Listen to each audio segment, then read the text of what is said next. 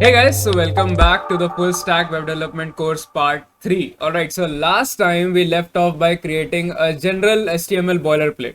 Alright, now what do I mean by this boilerplate? Alright, so the code that was given to us by the Emmet abbreviation of our VS Code, that is when we just simply write exclamation and hit the Emmet abbreviation, so we get the HTML boilerplate code. Alright. So what is this code? Alright, so this is the minimal code that you need to define your HTML document. So all this code is needed to define an HTML document. Alright, so the first line here, that is the first HTML tag. Alright, so this is the doc type tag. Alright, so this actually informs the web browser that what kind of document is this going to be. Alright, so in our case, the doc type is actually going to be HTML, which is going to be the skeleton of our website. So once we have defined that our document is actually going to be an HTML, then we are actually going to open up the first tag HTML. And there is something that you need to know about tags. Alright, so once you open up an HTML tag, you also need to close it. Alright, so consider them as a normal programming language brackets. Alright, so with brackets, you create code blocks inside of a normal language. And here you create a code block with a single tag. Alright, so an HTML tag here, you can assume it as a code block. So then we go ahead and open up our first HTML tag and specify the first attribute. Alright, so the first thing that you write after opening a tag is the actual tag name. Alright, so what the tag is actually going to be. So we use a less than symbol to open up a tag, then we name the tag, and then we can also attach some attributes that are attached to our tag. Alright, so with the HTML, we can also attach an attribute language. Alright, in short, lang. And here the language of the document is actually going to be English. Alright, so we are actually going to create this HTML document in English. Alright, and obviously once we open up this tag, we are also going to close it. And once you have created your HTML block, alright, so it consists of two major tags, which is head and body. So the head of the HTML document consists of some meta tags and link tags. So now what do I mean by meta tags? Alright, what are these tags which are known as meta? So meta here is actually short for metadata, which means that it is going to provide additional information about a particular information. Alright, so what do I mean by that? Your website is actually an information. Alright, so when you create a website, it's actually information that you open up to the whole world. Alright, but what is the additional information you can provide for that specific website? So here we are actually going to specify some things that our website would contain or what our website is going to use.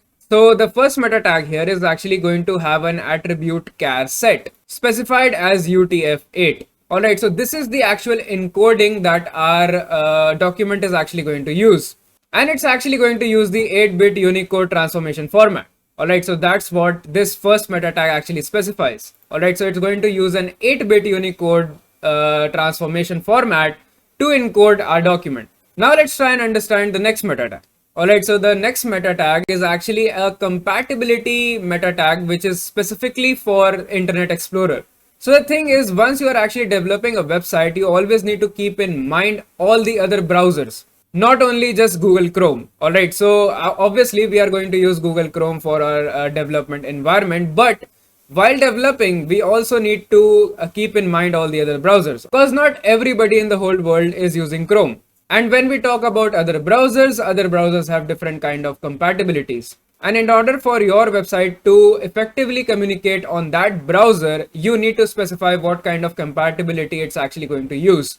Alright, so this meta tag here is actually specifying Internet Explorer to actually use a specific kind of version in order to display our HTML document. Alright. And when in future you are actually introduced to CSS, you would actually see that how you can actually write different CSS for different browsers. Alright, because not every CSS is actually going to work on every other browser, because different browsers have different compatibilities. So now let's move on to the third meta tag. Alright, so this is a simple one. So this is actually named as viewport. Alright, now what is a viewport? Now let me just hit the go live button and show you. Alright, so now our HTML boilerplate is actually live on our local host. So if you are actually missing out on how to do this, it's actually in the previous video where we actually set up our live server. Alright, and if you forgot where the go live button is, it's actually on the bottom right of your VS Code. So now let's talk about viewport. So what is viewport? So as you can see that currently our website has absolutely no content. Alright, But the thing is that we can actually see the viewport. Alright, so currently everything under the color white on your screen is viewport. Alright, so this whole thing is actually viewport. So viewports are actually different for different devices, because obviously different devices have different height and width of their screens. Alright, and once a website opens up, the viewport is the actual width and height according to your device. Alright, so to my device, this whole white space is actually my viewport. And this is what our meta tag is actually specifying. So our meta tag is just saying that this meta tag is actually going to be named as viewport, but the contents of this document, that is our HTML, is going to take up the device width, all right, as its own width. So the thing is that once you create a document on HTML, it's actually going to require a width. All right, so what's the width that your website is actually going to take? All right, and here we have specified the device width, all right, which is going to be different for different devices, because we don't want our website to break when it is displayed on different devices. All right, because it may happen that your website actually looks fantastic on your PC, but once it goes on to a different resolution, it just completely breaks. So we don't want that. So we are actually going to specify device width, and accordingly we are going to design our website for different devices. And we are also not going to scale our website. All right, so by scale, I mean how much the website is actually going to scale or zoom in or zoom out. All right, in short, all right, in a very high level, it is zoom in and zoom out. So scaling is actually going to be 1. All right, if you prefer and know how to use scaling, you can actually modify the value. But here in the beginner's course, we are actually going to use it at 1. All right, so that means no scaling.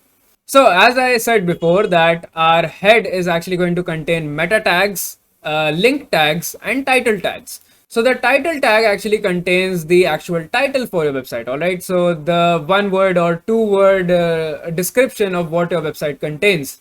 All right, so let me just change this document to CodeCove. And now let's jump on to our live server and see what exactly changed. Alright, so as you can see that I actually changed the title tag. Alright, but we actually cannot see anything on our screen. I mean, still it's completely white. Alright, the thing is that magic's not happening here. Alright, because the closer you look, the less you see. So if you look on the top left, this is the actual title tag. Alright, so this is what the title tag is actually going to hit. So this is what you change once you change your title tag. So previously it was document, now I changed to CodeCove. So you can see that the title is currently CodeCove.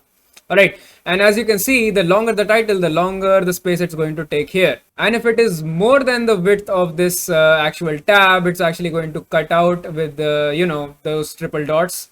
So I would advise you to keep your title short and sweet. Alright, so now we know what are meta tags and what are title tags. Alright, so and we also know that there is something known as link tags. So I won't be covering that in this video, but surely when we are touching a little bit upon CSS, I'll actually introduce you to link tags. So now let's move on to the body tag.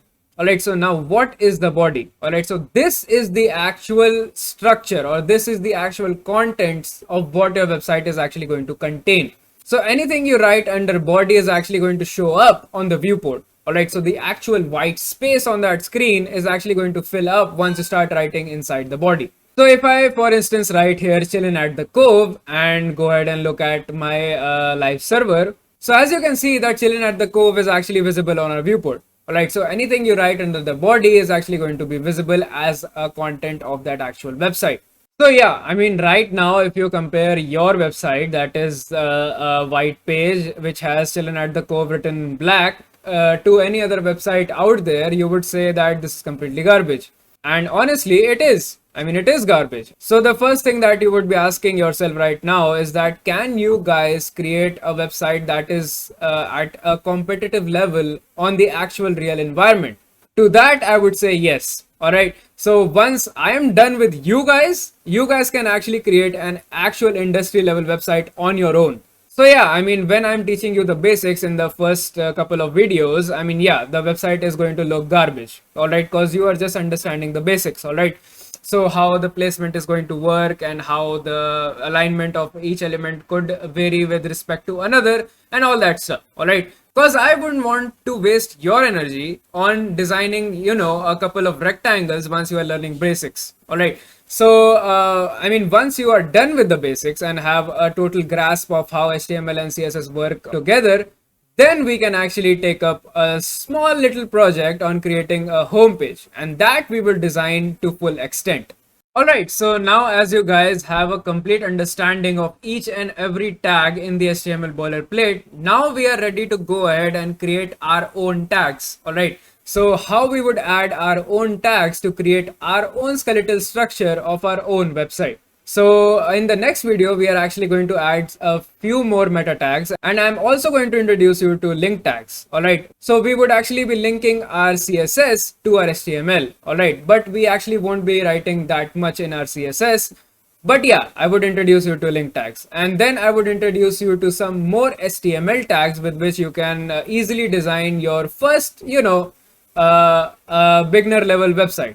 So in the next video, I'm going to cover all those tags that are most frequently used while developing a website. And I believe once you know all those tags, I don't think you won't be needing any other tags to design your own website.